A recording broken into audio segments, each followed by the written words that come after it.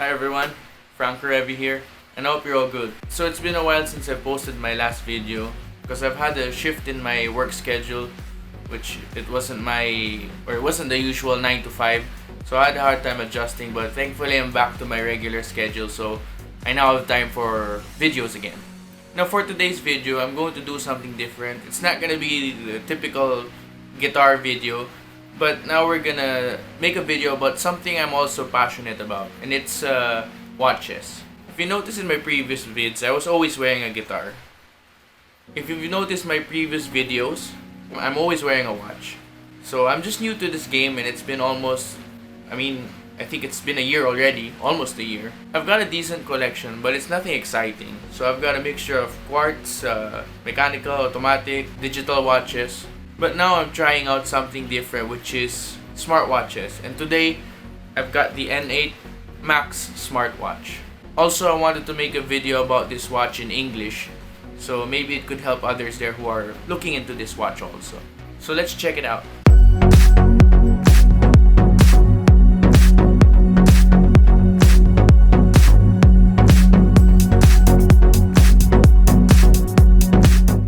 Just a word of caution, when you search this watch online in Lazada or Shopee, sometimes they would name this watch as Samsung, Realme, Oppo, North Edge, the known brands. But don't be fooled by this. They're all just the N8 Max smartwatch. So you have to look at the description of the product. Usually would write the generic name, which is the N8 Max smartwatch. So actually mine said in Lazada that it was a Xiaomi, which I knew it wasn't a Xiaomi, but I still got it because I like the specs of the watch. So watch out for that. I got this watch because I wanted to try out if a smartwatch was something that I would enjoy or something that would be useful for me. I chose this particular watch because it was around my budget and because of its display. I got this from Lazada for around 1,500 pesos only, and surprisingly, it arrived the next day. Alright, let's start with the unboxing. The watch comes in this hard but smooth box, which kinda has a premium feel, although it's in the text where they show their price. Oops, look at that. Equipped is missing the letter B. And there is the series on the side, and also the color of the watch case indicated on the other side.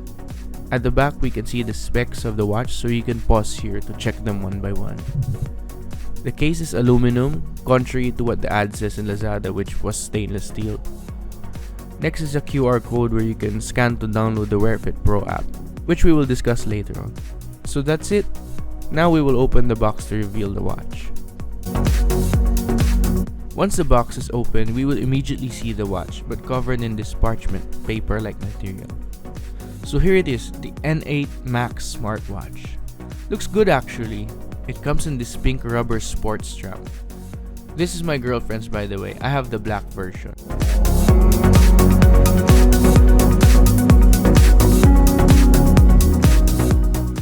Next, we see its wireless charger. There's no adapter, by the way, just the cable. Next, inside we see the user manual, which I read, surprisingly. Now let's remove the plastic film cover from the watch. Nice! So far it's looking good. Very sleek design, and I love the gold aluminum casing. At the back we can see the sensor, which I think is like a Chinese generic module, which a lot of other Chinese smartwatches also have. So on the right side, we see two physical buttons, one with the rotary push button switch and one regular push button switch. And on the other side, we have the microphone hole and the speaker slots. So yeah, those are the physical features of the pink watch. The black version has the same features but sport a black strap and a black aluminum casing. Now let's talk about one of the reasons why I got this, and it's the display. I saw in some reviews online that the display was clear and it had nice viewing angles. Take note that the ad says AMOLED, but it's actually a TFT display, which is a type of LCD. Next, we'll go on to the app screen to demonstrate how smooth it is. It's not super smooth, but it surpassed my expectations. I never had an issue with this being laggy, and from time to time I would just play around the icons just to feel how smooth it was. So let's go to the main display, or what I believe is the home screen, and let's see the stock watch faces this has. So we get 10 stock watch faces and one customizable face which can be made through the app. So my favorite here is this analog watch face with the sweeping seconds, because I'm so used to wearing automatic watches that I almost need to see sweeping seconds. But my only gripe is that the second hand is not centered at around 30 to 60 seconds. And I believe they copied this face from one of the Apple watches. Whew.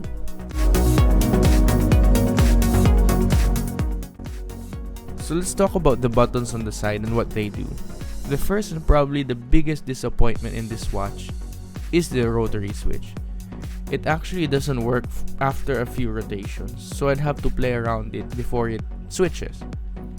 But now I just use the touchscreen to scroll up and down. The pink watch, by the way, doesn't have this problem, but mine does, so it's something you have to watch out for. Quality control problems. So this button acts as a scroll switch and a back button. It also brings you to the menu if you're on the home screen. The button below, it has the same functions except for the scroll function, of course. When we're on the app menu and if you double tap any of the two buttons, it will change the layout of the apps. I just find it weird that when you change the layout of the apps, you will get less choices. So the default one is probably the best. When you're in the home screen and you double tap any of the two buttons, you will open the Alipay app, which personally I do not use and will not use. And if you long press any of the two buttons, you then will be given three choices: shutdown, restart, or SOS. So the home screen is where you will start if you want to do anything with the watch. The home screen by default displays your time with, of course, your selected watch face as discussed earlier. So you can do 4 things as far as I know. The first is, when you swipe down, you are brought to a sort of quick menu. So here are some of the actions you can do here.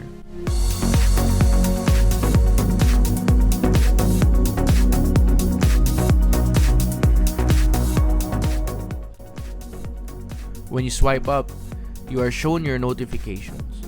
Now I find this feature very useful because it says which app has a notification, and it also displays a preview of the notification. SMS, Viber, Gmail, WhatsApp, but no Messenger. Next is when you swipe right, you get this split screen menu which shows the day, date, and time, plus some commonly used applications. And last, which is my favorite, the swipe left. Here you can select which apps you want to display next to your home screen. Right now I set it to the exercise record app, so right away I can track my steps, distance traveled, and calories burned within the day. Although I do not believe they are fully accurate, it just gives me a sort of estimate of my daily activity. So if we swipe left again, we can add new components from the selection. So let's click pressure.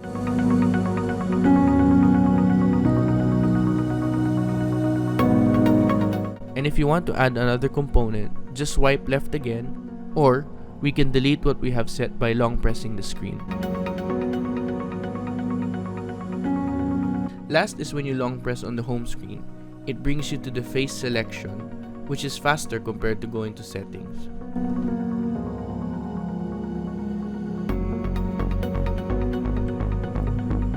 Now before going to the apps, let's check out the watch settings. We have the typical smartwatch settings like raise to wake, bright screen duration, screen off time, dimming, and do not disturb. My favorite settings here are the screen off dial, which displays a simple 2-hand analog watch when the watch is not in use. You can set how long it will display using the bright screen duration setting. My next favorite setting is the health reminder. Here are the types of health reminders that this smartwatch has, and these can all be configured from the app. My favorite health reminders are the drink water reminder, the sedentary reminder, which reminds me to stand up every hour and a half, which I find very useful in the office since I am always seated down in front of a laptop. And last, the take medicine reminder, which I have set to remind me every 12:15 p.m. The watch reminds the user by vibrating, so here are the rest of the watch settings.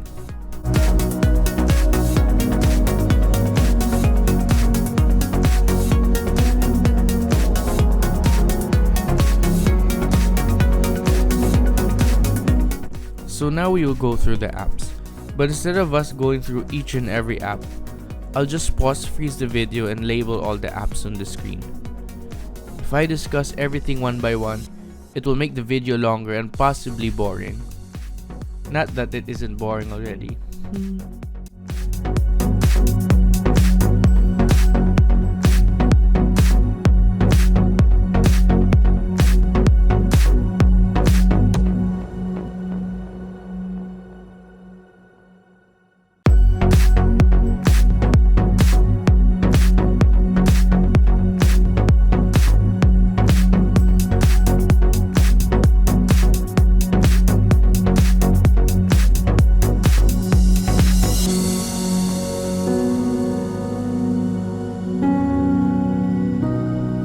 So my favorite apps here, and the ones that I find most useful, for my use case of course, are the fitness apps, notification, and health reminder apps. Just the fact that I can track my jogs, get notifications, and get reminders of regular things like exercise, take medicine, and drink water, this watch does everything I was expecting it to do. I'm very happy with it actually. So just a quick one before giving my final thoughts. Let's open the WearFit Pro app and discuss the 5 main sections. The first section is the home section, and here's where we'll see our health statistics all displayed in one page. Next is the exercise section, and in here there are exercise plans and programs, some paid and some free. It can also track your location while walking, running, or biking, so you can see where you have traveled during your exercise. Next is the micro life, which displays news, zodiac readings, games, updates, and the like. Next is the device, and here is where you connect your smartwatch to your phone. You can also change the custom faces here. Some of the faces are free and some are paid. There is also a feature where you can customize your own dial, but it's very limited. You can just upload an image and choose the font style. Also, you can configure your notifications, your daily reminders, and other settings as well. Finally, we have the Me section, where you can see your health data, your information, and other settings.